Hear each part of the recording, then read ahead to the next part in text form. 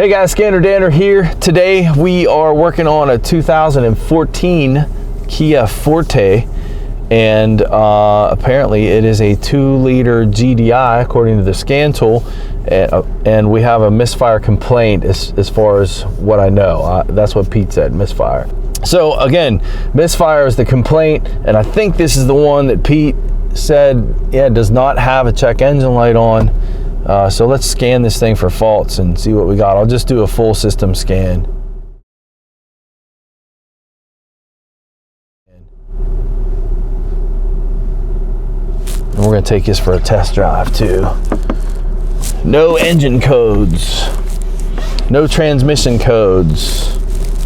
You know, when I was a younger tech, I'd say, this customer's full of crap as far as bringing you their car with no problems. And what I've learned over the years, trust me, the customer is not bringing you their car and paying a diagnostic fee if they're not feeling something. So you got to trust your customers in this application, even though there's no codes in any system.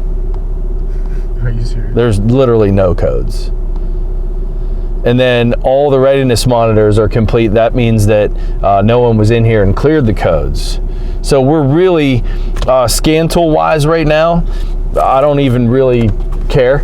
Let's go test drive it. Get your seatbelt on. We do have some data lists. I said I don't care about data, but we have some misfire data.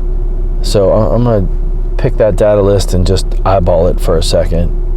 That's cool. It shows current misfires and then total misfire. So we'll just kind of, I don't know that we'll keep you guys focused or anything on that screen, but idle feels rough. Yeah, it does. So this is where it's important to question your customer. That feels real rough. Yeah, but that roughness to me feels like a bad engine mount. It's more of a vibration than it is a misfire. Yeah, this is where it's important to get some customer information. We don't have at the moment. All I know is what Pete told me, which he said it was a misfire. I think. This thing has 96,000 miles on it.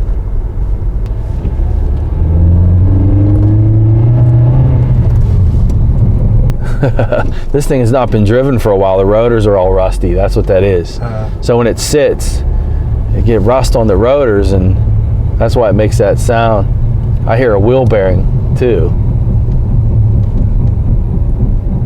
Those rotors are real. This thing has not been driven for a while. That sounds real rough. That's what that is.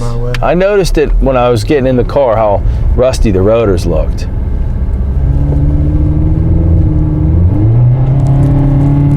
Oh, there's like no power at all. Now we're not moving. It's floored right now. Get a shot on the road. Floored again. That's pedal to the floor. 20 miles an hour.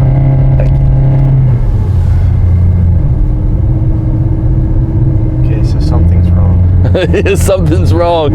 All right, so when I deal with low power issues, one of the tests that I like to use, Caleb, is to look at the oxygen sensor signals at wide open throttle. I want to know if I'm getting enough fuel. Yep. Is it a fuel issue or is it a restricted exhaust? That's kind of what I'm thinking about. Those are my two main concerns.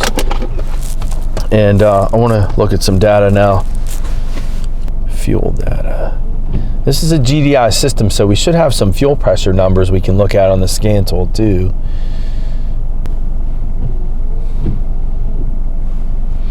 This is our fuel rail pressure. We can look at rail pressure.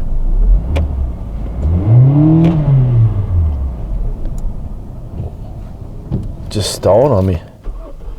That had a weird crank to it.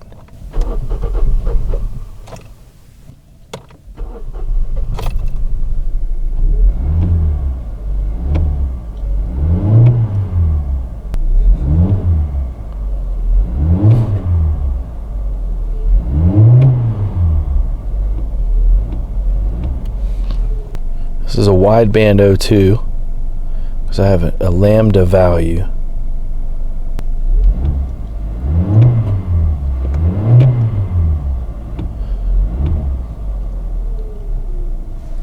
drive is. I believe when they use these numbers, this lambda value in percentage, 1.0 is ideal. Numbers below that are rich and numbers above that are lean. I think.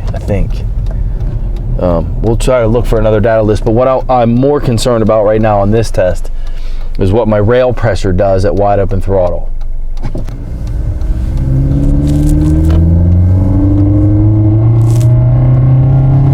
No drop in rail pressure at all, and it looks like we have a low lambda number. What was that sound? Did you hear that? Yeah, the car just does not sound safe to drive. Hold on. This has a plugged exhaust, Caleb. I'm pretty confident the exhaust is restricted on this. And I'm basing that off a few things. One, when I'm at wide open throttle, my rail pressure's 2100 PSI. So I'm not dropping fuel. And two is my lambda number dropped to 0.6 at wide open. I'm pretty sure that that's an indication of a rich condition, which is what you want at wide open throttle. Let's see what our actual and desired. So I'm looking at cam stuff here. Intake cam, bank 1, actual position.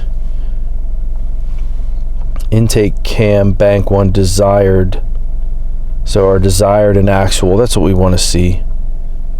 You know, if you want to know what the computer wants it to be at compared to what it is, you look at the desired versus actual.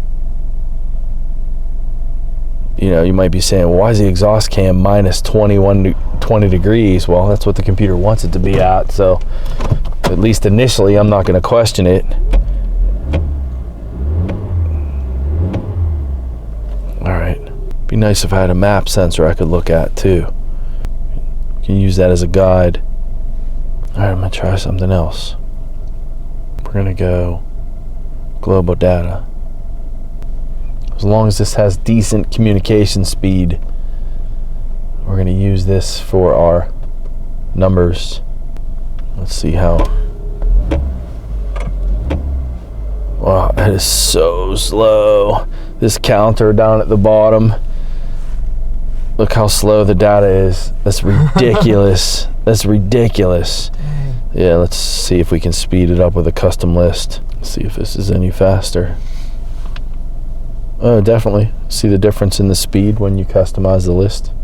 Mm-hmm. That's like... Yeah, it's kind of almost usable. We can use this downstream sensor too as a guide. This should be good.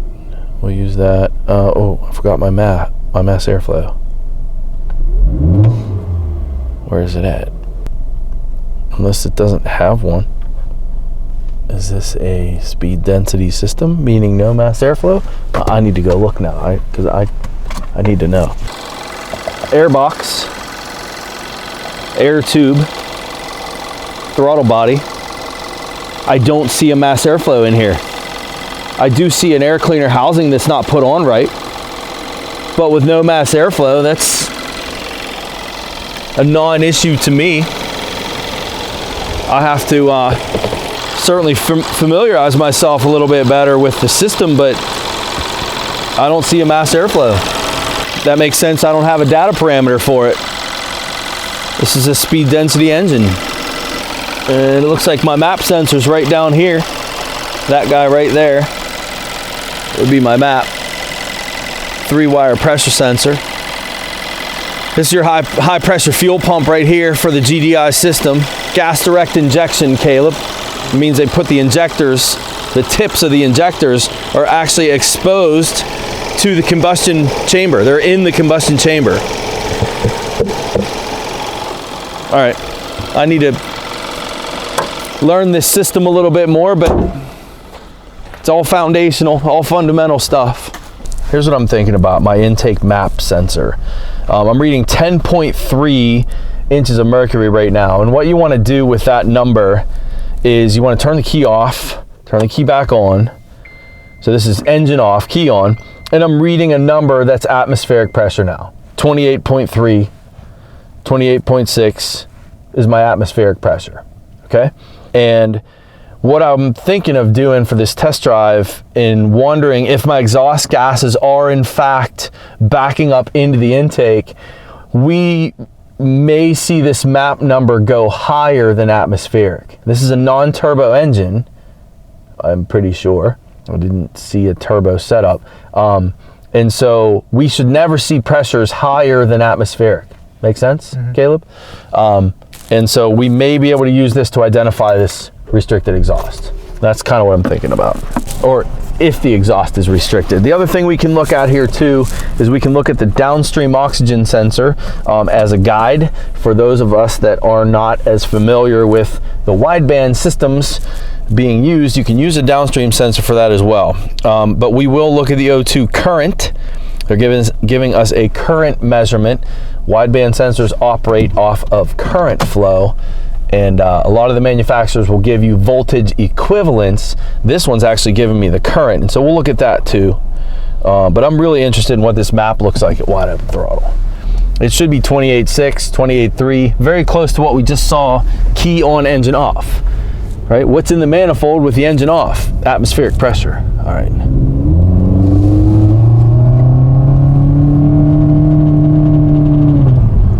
Now the other downside of that test is it may not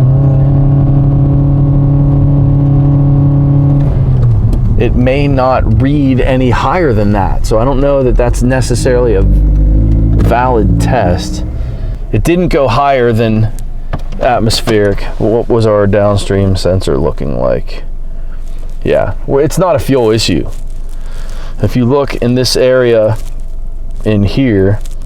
All right, so let's talk about frame 210. I'm looking at frame 210, like in here. You see my area where my manifold pressure is very high. I'm at wide open throttle there. Yeah, the load numbers too, 100% load.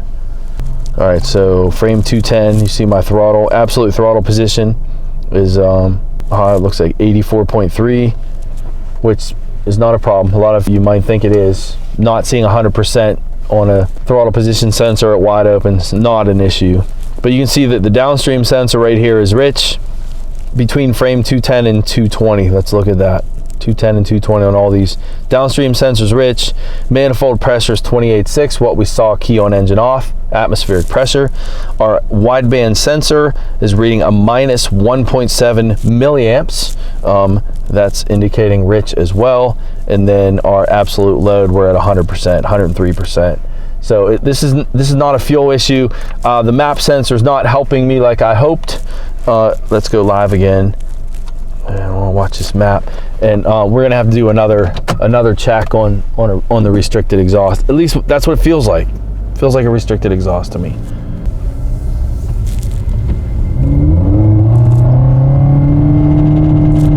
Man, not a good sound.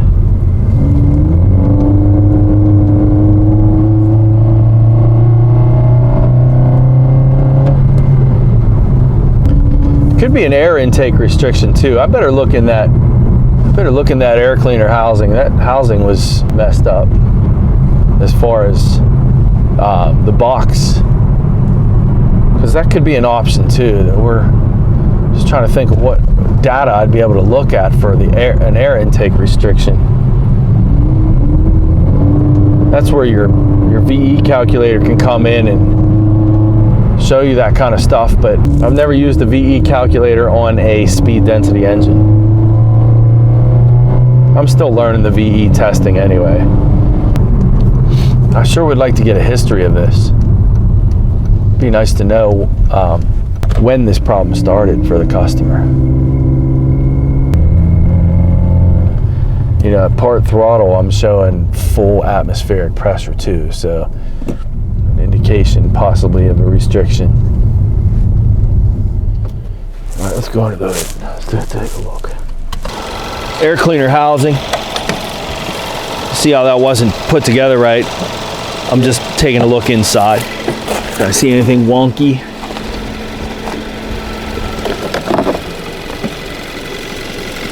Nothing crazy there.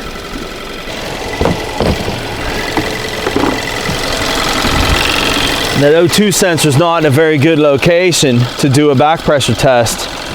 So the test I want to do, I think, is probably going to be to go in the cylinder. It's just not in an easy location anyway. Maybe from underneath. The other bad thing is I don't have my exhaust back pressure tester with me. What test do I want to do? We got to go to the house and grab my Pico, Caleb. I was like, probably not going to need that today. Wrong. Just pulling the spark plug out. That's what you guys missed so far. I just pulled the coil off, pull the spark plug out. We're going in the cylinder to do a measurement. We'll talk about it here in a minute. Pico. Using the WPS 500, we're gonna go in cylinder.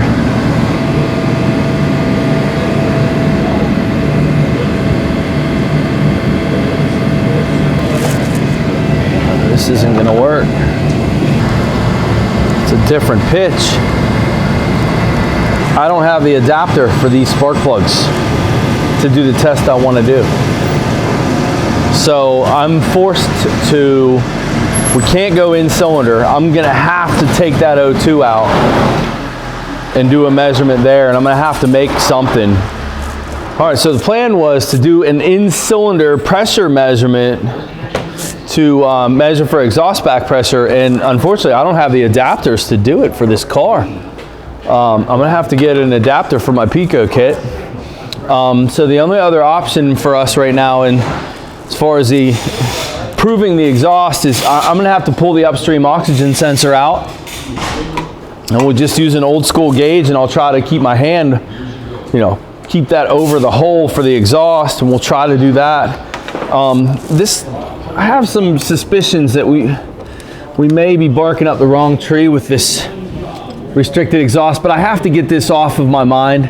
When you're unsure, you have this checklist of things that you need to do, and this is absolutely one of them, is verifying whether or not we have a restricted exhaust. But I'm just thinking about some cars I had not too long ago that ended up, feeling like a restricted exhaust, and it wasn't. It was a timing issue. It was on a Lexus with a shifted keyway on the crank, and it didn't have any fault codes either. So I'm thinking about, well, maybe we could have a cam timing issue, but that should set fault codes because you got cam and crank sensors. I mean, unless we got some kind of shifted keyway, but the key to finding that shifted keyway was this in-cylinder pressure measurement that I can't do on this car, and I'm a little bit irked right now as far as where we are. I'm hoping I can pull the O2 out and show us that we have a restricted exhaust, but I'll tell you what, if I pull that O2 and we find our exhaust is not restricted, then we're gonna have to stop with this car until I can get an adapter for my pressure transducer, because I'm not pulling things apart to verify timing without looking at it with my pressure waveform first. So might be homework involved, and then coming back to this car and buying a tool even to finish what we're doing. So something else I did off camera is, I should have shown you guys this, I don't know why I didn't. I was looking at the downstream oxygen sensor to just see the reaction of the O2. I'm thinking about, if this has a plugged exhaust, we should have a lot of activity on the downstream oxygen sensor showing you the CAT isn't functioning. Surprised it doesn't have a CAT code, but I did have a lot of activity on the downstream O2, and so maybe we're on the right path. Something feels off to me on this one. I'm just unplugging the O2 connector. If I look like I'm frustrated, it's not so much that. My stomach's upset right now, and I'm struggling being the talent on camera. I need to reposition my mic too. Everybody liked the comments on the last video we uploaded on YouTube, Caleb, about my butt crack, not filming my butt crack. I'll plug this cam sensor back in. This thing will fire right up. Don't get a shot of my butt crack. It's hanging out right now. So as I was taking my shirt off, I was gonna say, don't film my fat belly. I left a little comedy in there. All right, so I'm gonna try to get this O2 out. Don't know if you guys are gonna be able to see what I'm doing. Maybe if you get the camera down there, you might be able to see Caleb, but I don't know.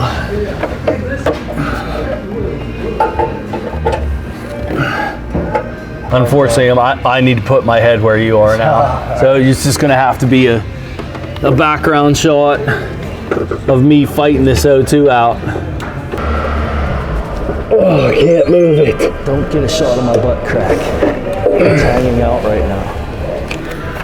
That's why I wanted to go in cylinder. I gotta get some more leverage. Oh my goodness.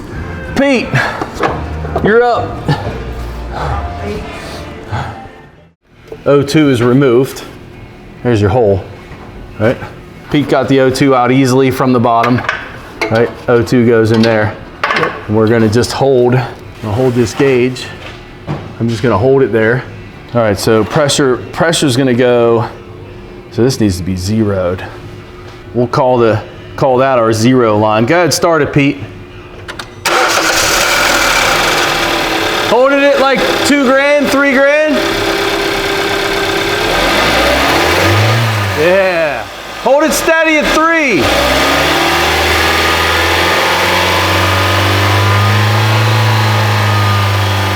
Okay, shut it off.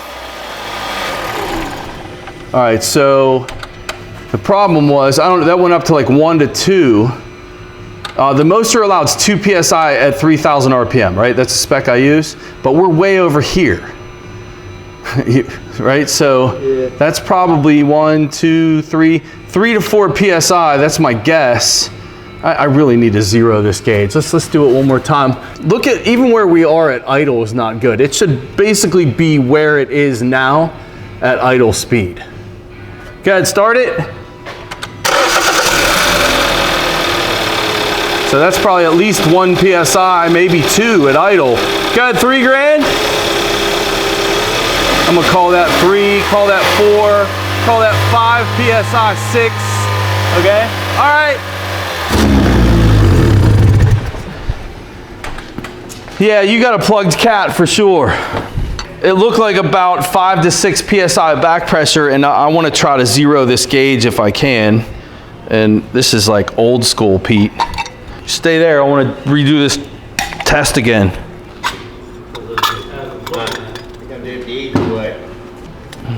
Son of a... This freaking thing sucks. Hey! Haha.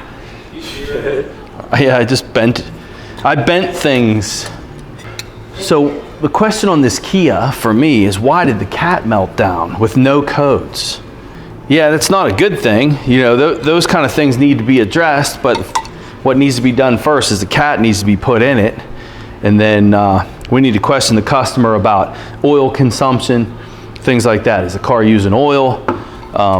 History of misfires, history of the car. Why did the cat melt down is the question.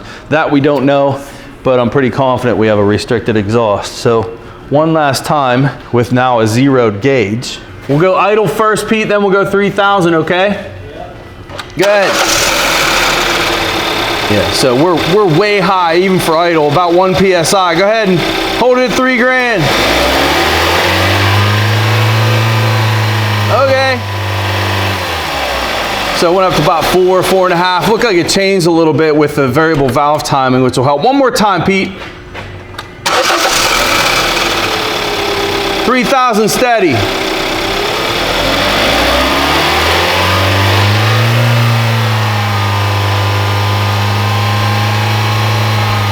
All right.